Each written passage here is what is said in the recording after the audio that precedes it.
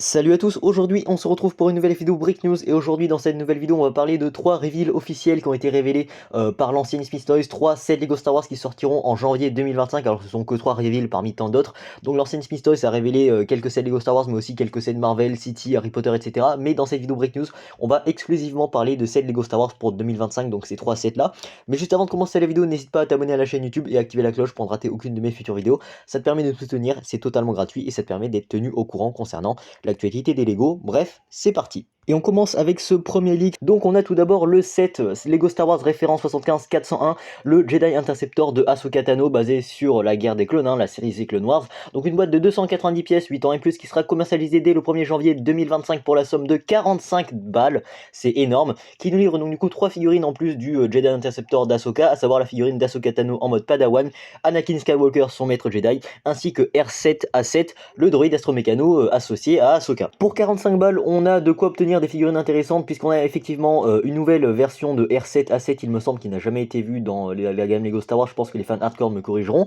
En tout cas, la figurine d'Ahsoka Tano en Padawan, on en a déjà vu dans la gamme Lego Star Wars, mais pas sous cette version-là puisque c'est une nouvelle version, nouvelle édition avec de nouvelles typographies, notamment issue du jeu vidéo Lego Star Wars The Skywalker Saga. Et ce qui est surtout cool avec cette figurine-là, c'est qu'on a une nouvelle coupe, mais aussi des jambes plus petites que les jambes classiques Lego, mais qui peuvent aussi être articulées contrairement à d'autres jambes petites, donc c'est plutôt cool. Voilà, mais le seul problème c'est que 45 balles c'est super cher. Concernant le Jedi Interceptor d'Ahsoka Tano qui est ici livré en une version avec un petit peu de Dark Raid, un truc comme ça.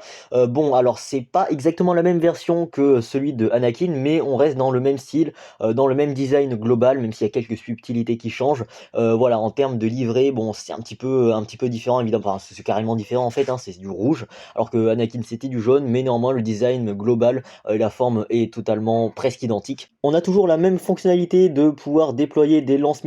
Malheureusement, il y a un truc que je regrette, c'est que on n'a pas de train d'atterrissage pour ce Jedi Interceptor. C'est un petit peu dommage, ça aurait été un petit plus, mais visiblement il n'y en a pas si je me base sur les photos. On poursuit ensuite avec le set référence 75405. On avait des rumeurs depuis un petit moment, et bien là ça y est, on a enfin la première version chez Lego de ce vaisseau. C'est dans la gamme midi-scale, dans la thématique midi-scale, dans la gamme Star Wars, donc une boîte de 559 pièces qui sera commercialisée dès le 1er janvier 2025 pour la somme de 70 balles. Et donc voilà, ça nous représente du coup cette version midi-scale du Home One, donc le vaisseau de l'Alliance Rebelle. Alors voilà, la gamme midi-scale, Lego a bien compris, c'est une thématique qui plaît beaucoup dans la gamme Lego Star Wars, mais dans d'autres gammes comme Marvel ou encore Harry Potter.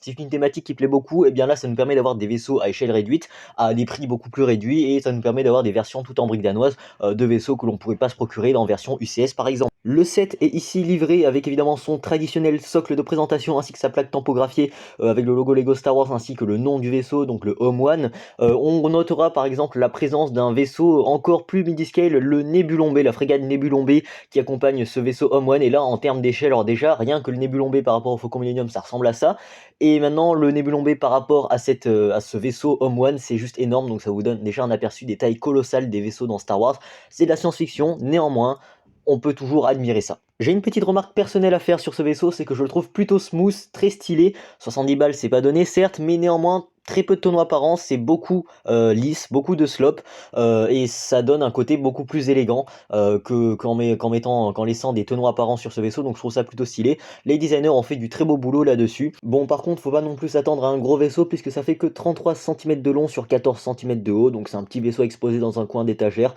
dans un coin de bureau, mais voilà, ça reste plutôt stylé, et pour ceux qui font la collection, je pense qu'ils seront ravis d'avoir ce nouveau vaisseau dans leur collection de Lego Star Wars midi-scale.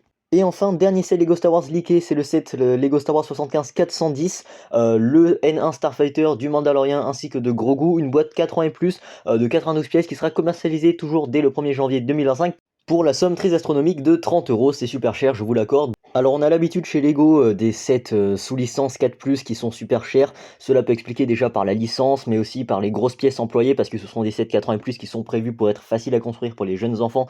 Donc des grosses pièces avec des gros moules, donc du coup les moules chez Lego c'est ce qui coûte de plus cher, ce qui pourrait peut-être faire augmenter la facture. Et ce set n'a vraiment aucun intérêt. Bon, pour les collectionneurs, le seul intérêt c'est la figurine de R5D4, donc le droïde astromécano que l'on avait pu voir dans la série The Mandalorian.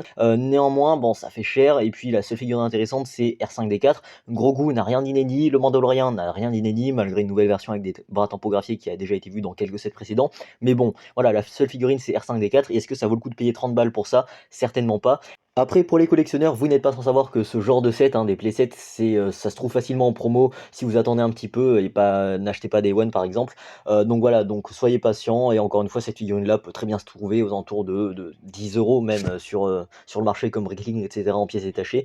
Donc bon, 30 balles, c'est clairement abusé, et surtout pour un vaisseau qui devrait être vendu déjà en termes de dimension à 20 €. Et donc voilà, il est temps de conclure cette petite vidéo Brick News concernant ces 3 leaks Lego Star Wars prévus pour 2025. Alors il y en aura bien plus que ça évidemment, mais pour le moment, aujourd'hui, c'est tout ce que l'on a.